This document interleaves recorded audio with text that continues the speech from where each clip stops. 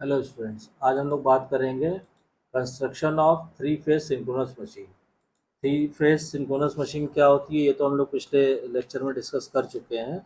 आज हम लोग बात करेंगे उसके कंस्ट्रक्शन की। Construction of three phase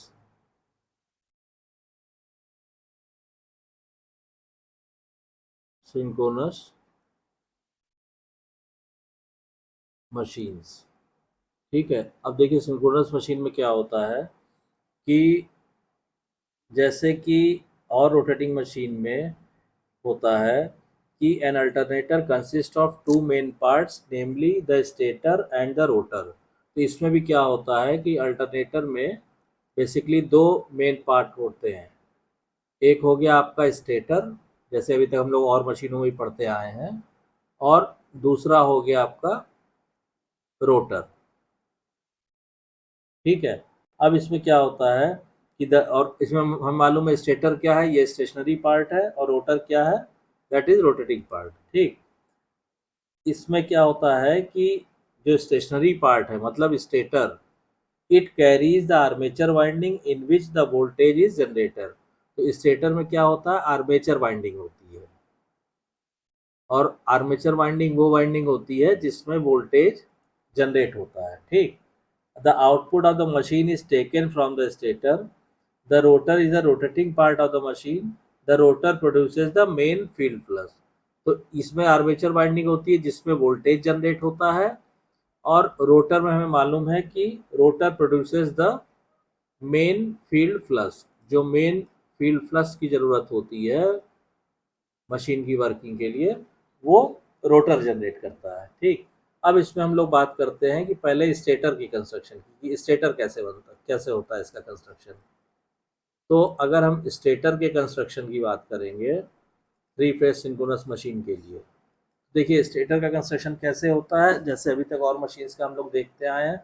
simply क्या कीजिए कि सबसे पहले तो आपने ये बना दिया, ये हो गया स्टेटर का फ्रेम, ये हो गया सीधा सीधा स्टेटर फ्रेम। ठीक, उसके बाद क्या हो गया, ये आपने बनाया। ठीक है, और अब जो आप बताएंगे उसमें स्टेटर के स्लॉट्स होते हैं। ठीक है, तो जैसे अभी तक हम लोग स्लॉट्स बनाते आए हैं वैसे आप बना दीजिए, ऐसे हो गया। बाकी ये है कि डायग्राम आप बुक में देख लीजिएगा, आपको ज़्यादा परफेक्ट मिल जाएगा। मैं आपको एक आइडिया दे दे रहा हूँ। ऐसे स्लॉट्स बने रहेंगे स्टेटर में, ये ये ये इस तरह से। ठीक, ये क्या है, ये तो हो गया आपका स्टेटर का कोर। ठीक, ये हमने स्टेटर फ्रेम आपको बता ही दिया। और ये जो है, ये जो स्लॉट्स बने हुए हैं, दीज आर कॉल्ड, ये these are called stator slots. ठीक, ये एक तरह से आपका ये हो गया अल्टरनेटर स्टेटर। क्लियर। अब इसमें क्या होता है देखिए स्टेटर में कि the various parts of the stator include the frame, stator core and stator windings and cooling arrangement. The frame में अब इसका जो स्टेटर का जो फ्रेम होता है वो जनरली कास्ट आयरन का। The frame may be of cast iron for small size machines and of welded steel type for large size machines. In order to reduce hysteresis and eddy current losses, the stator core is assembled with high grade silicon content steel lamination। तो eddy current loss को और hysteresis loss को reduce करने के लिए जो stator core को assemble किया जाता है with high grade silicone content steel lamination से उसको लेमिनेट कर दिया जाता है। ठीक है, अब इसमें क्या होता है, three phase winding is put in the slots, shorts cut on the inner periphery of the stator. तो ये जो आप स्लॉट्स कटे हुए देख रहे हैं, ये है, ये है, ये है, इन सब पे इसमें क्या होता है कि Three-phase winding is put in the shorts, cut on the inner periphery of the stator. The winding is star connected. The winding of each phase is distributed over several slots. When current flows in a distributed winding, it produces an essentially sinusoidal space distribution of EMF. तो stator का construction three phase synchronous machine के लिए इस तरह होता है। अब हम लोग बात करते हैं रोटर की। तो अब हम लोग आ जाते हैं रोटर कंस्ट्रक्शन पे। तो देखिए रोटर जो होता है, इसमें रोटर कंस्ट्रक्शन, अब इसमें दो तरह के रोटर यूज होते हैं। एक तो हो गया आपका सैलिएंट पोल रोटर, पहला तो कहलाता है सैलिएंट पोल रोटर और दूसरा होता है cylindrical rotor.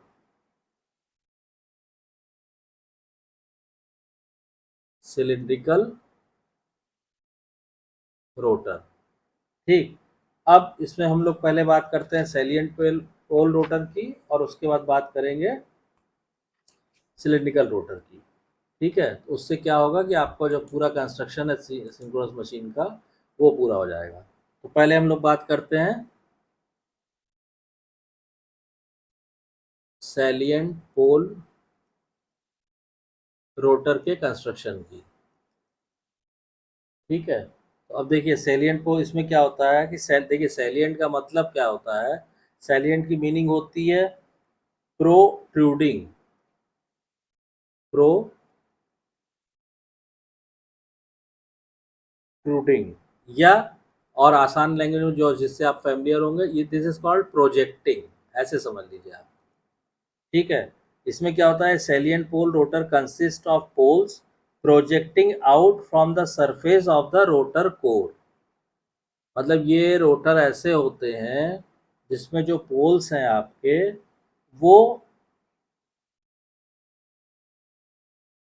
Projecting out from the surface of the rotor core. Rotor का जो कोर होता है उसके सरफेस से बाहर की तरफ होते हैं, इसीलिए इसको सैलिएंट पोल रोटर कहते हैं।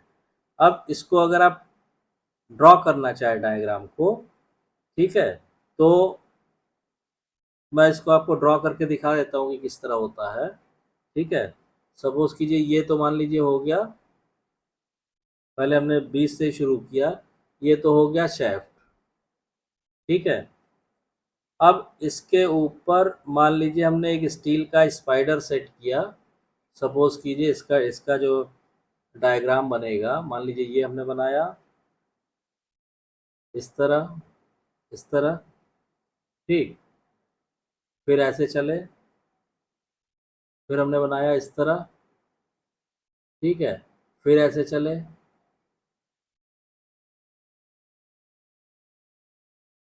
ऐसे बना दिया हमने,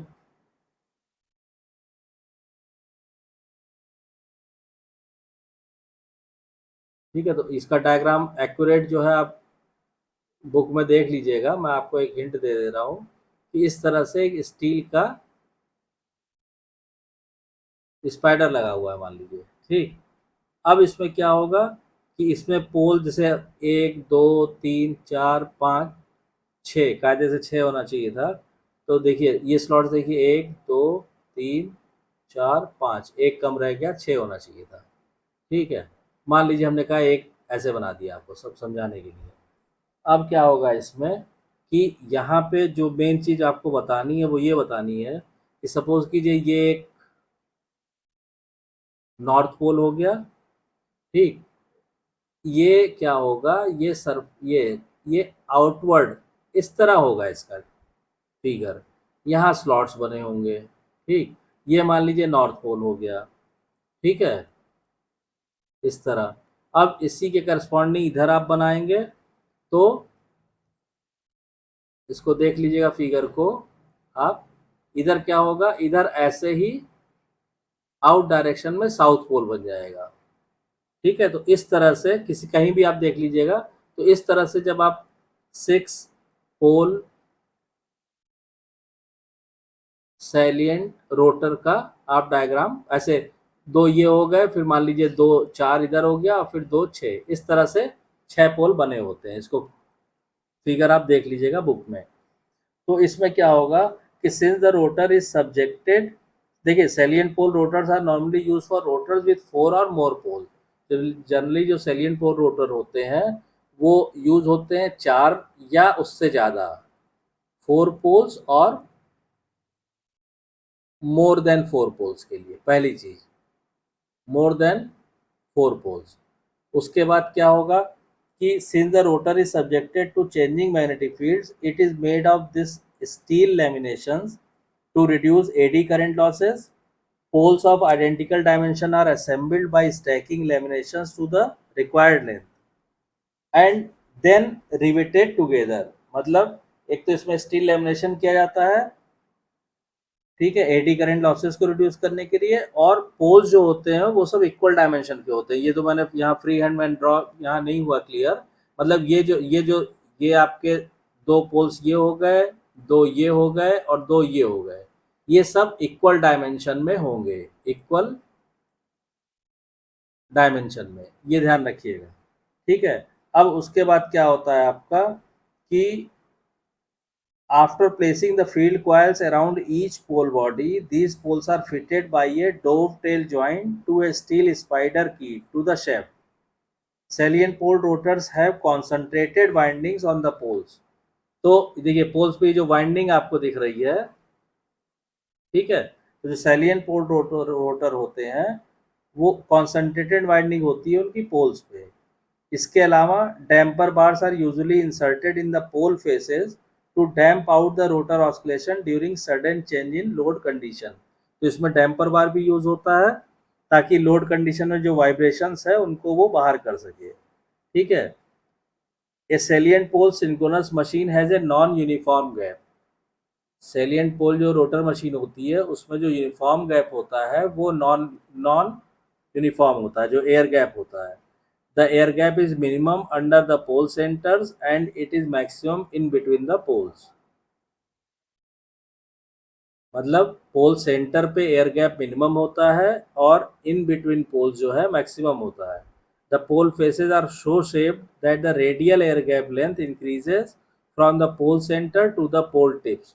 मतलब पोल के सेंटर से इधर से आप जैसे जैसे पोल के टिप्स की तरफ बढ़ेंगे, ठीक है, तो क्या होगा कि ये रेडियल एयर गैप की लेंथ बढ़ेगी, क्लियर। और उससे क्या फायदा होता है कि flux distribution in the air gap is sinusoidal, ठीक है। तो इससे फायदा ये होता है कि this will help the machine to generate sinusoidal EMF.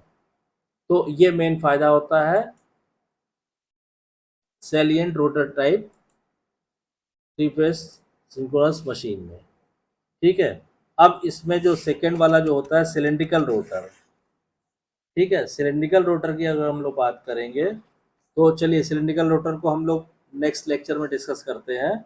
So this was all about the rotor. Stator पढ़ा दिया आपको और सैलिएंट पोल रोटर पढ़ा दिया 3 फेज सिंक्रोनस मशीन के लिए। आई होप आपको ये क्लियर हो गया होगा। इस डायग्राम को जो है, जो फ्री हैंड ड्रॉ करने में प्रॉब्लम आ रही थी, इसको आप जो है बुक में देख लीजिएगा, नहीं तो मैं कोशिश करूँगा, हो सकता है नेक्स्ट लेक्चर में इसको कोई जुगाड़ बना के आपको फेयर क्लियर इसको जो है कर दूंगा, ठीक है। तो आई होप कि आपको वीडियो कंटेंट पसंद आ रहा है। अगर वीडियो कंटेंट पसंद आ रहा है तो प्लीज़ वीडियो को शेयर कीजिए, लाइक कीजिए, चैनल को सब्सक्राइब कीजिए और नोटिफिकेशन बेल को ऑन कर दीजिए ताकि नेक्स्ट वीडियो की इन्फॉर्मेशन आपको तुरंत मिल जाए। Thank you.